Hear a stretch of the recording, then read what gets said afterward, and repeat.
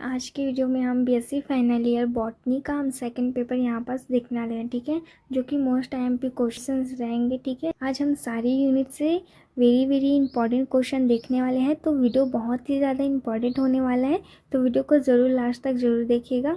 अगर आप सीजी के किसी भी यूनिवर्सिटी के स्टूडेंट हैं तो ये बॉटनी का सेकंड पेपर का क्वेश्चन जो है वो मोस्ट आईएमपी है। आपके परीक्षा सार या गाइड में बहुत सारा क्वेश्चन दिया गया रहता है, बस हम सारे मोस्ट आईएमपी क्वेश्चन को देखने वाले हैं। ज़्यादा क्वेश्चन नहीं है इसमें, वो क्वेश्चन है जो आपके एग्जाम में 100% आ सकते हैं।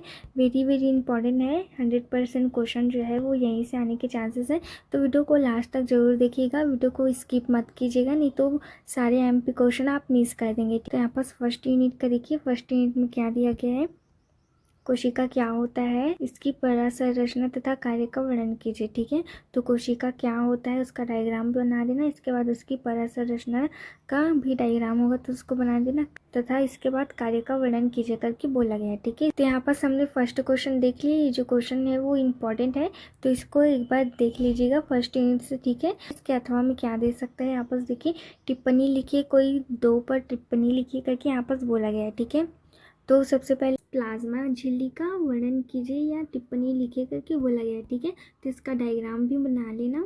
फिर कोशिका द्विवृत्ति दिया गया है। ठीक है, तो प्लाज्मोडियम का टिप्पणी लिखना है, इसका डायग्राम भी बनाना है। ठीक है, इसके बाद कोशिका वृत्ति दिया है, इसका भी डायग्राम होगा और इसका जो संरचना होगा उसको बनाना और इसके बारे में टिप्पणी लिखना है। इसके बाद देखिए केंद्रक की संरचना, ठीक है, जो केंद्रक होता है उसकी संरचना का वर्णन करना है, उसका डायग्राम बना के।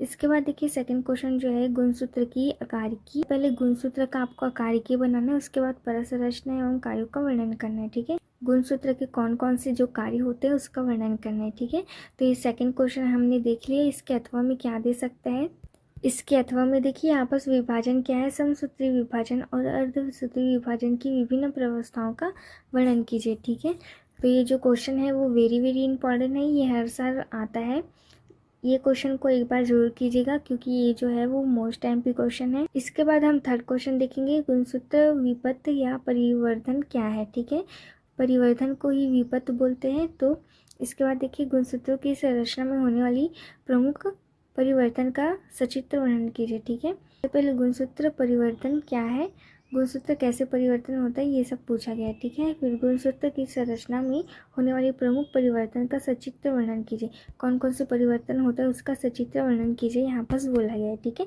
इसके अथवा में देखिए क्या दे सकता है, बहुभुनिता पर लेख लिखिए, यहाँ पास बोला गया है। ठीक है, यहाँ पास करनी पर होगा। ठीक है, तो यहाँ पास जो थर्ड क्वेश्चन है वो इम्पॉर्टेंट है, इसको देख लीजिएगा।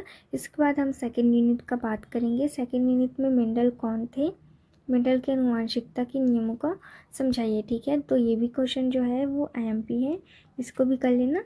इस वीडियो में हम सारे आईएमपी क्वेश्चन देखेंगे, हर एक यूनिट से इंपॉर्टेंट क्वेश्चन आपको देखने को मिलेगा। आपके गाइड में बहुत सारा क्वेश्चन दिया रहता है, लेकिन आज हम वही क्वेश्चन देखने वाले हैं जो मोस्ट टाइम पे है। तो यहाँ पर अथवा में टिप्पणी लिखी करके बोला गया है, तो फर्स्ट क्या है, संलग्नता पर लेख लिखिए बोला गया है। इसके बाद सेकंड देखिए जीवन में विनियम पर निबंध। ठीक है, तो ये जो 2 क्वेश्चन है ये भी इंपॉर्टेंट है। इसके बाद सेकंड क्वेश्चन देखिए लिंग निर्धारण पौधों में। ठीक है, जो लिंग निर्धारण होता है वो मनुष्य में नहीं पौधों में बोला गया है। ठीक है, इसमें बोला गया है पौधों में, तो समझाइए। ठीक है, जो लिंग निर्धारण है उसको समझाइए बोला गया है, किसमें, पौधों में।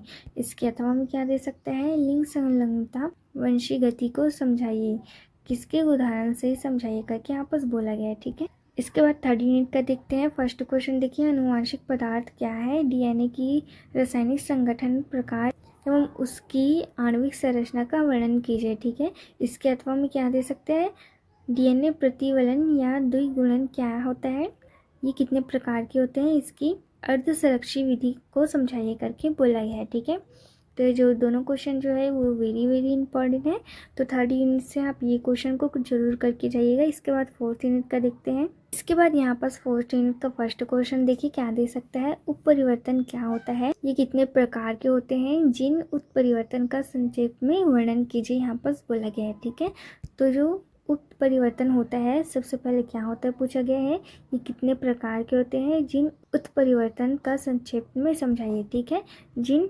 उत्परिवर्तन।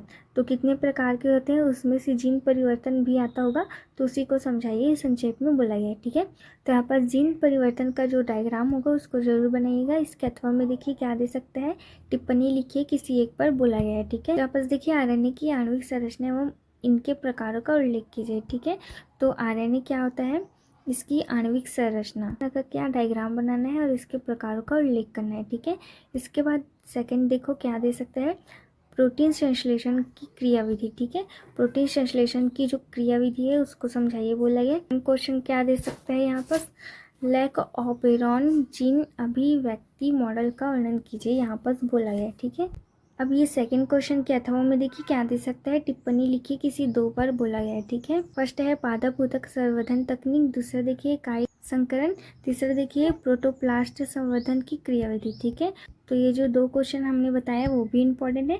तो ये 4th यूनिट का ये क्वेश्चन को देख लीजिएगा, जो कि वेरी इंपॉर्टेंट है। इसके बाद 5th यूनिट का देखिए फर्स्ट क्वेश्चन, जैव सांख्यिकी क्या है, प्रमुख जैव सांख्यिकी विधियों का वर्णन कीजिए, इसके अनुप्रयोगों का वर्णन कीजिए, यहाँ पर बोला गया है। ठीक है, इसके अथवा में देखिए क्या दे सकता है, मानक त्रुटि एंड मानक विचलन बहुलक। ठीक है, सेकंड क्वेश्चन में क्या दे सकते हैं, यहाँ पर देखिए समांतर मध्य क्या है, इसकी गणना के लिए सूत्र उदाहरण सहित वर्णन कीजिए। ठीक है, तो यहाँ पर हमने जो क्वेश्चन देखा वो भी इम्पोर्टेंट है। इसके अथवा में देखते हैं, इसके अथवा में देखिए टिप्पणी लिखिए बोला गया है, केंद्रीय प्रवृत्तियाँ, फिर दूसरा देखिए आंकड़ों का वर्गीकरण। ठीक है, तो ये जो सारे क्वेश्चन जो हमने बताया वो सारे क्वेश्चन जो है वो वेरी वेरी इंपॉर्टेंट है। इसका आप अच्छे से पढ़ के जाइएगा, एग्जाम में 70% जरूर आएगा। ठीक है, नेक्स्ट वीडियो के लिए कमेंट जरूर कीजिएगा।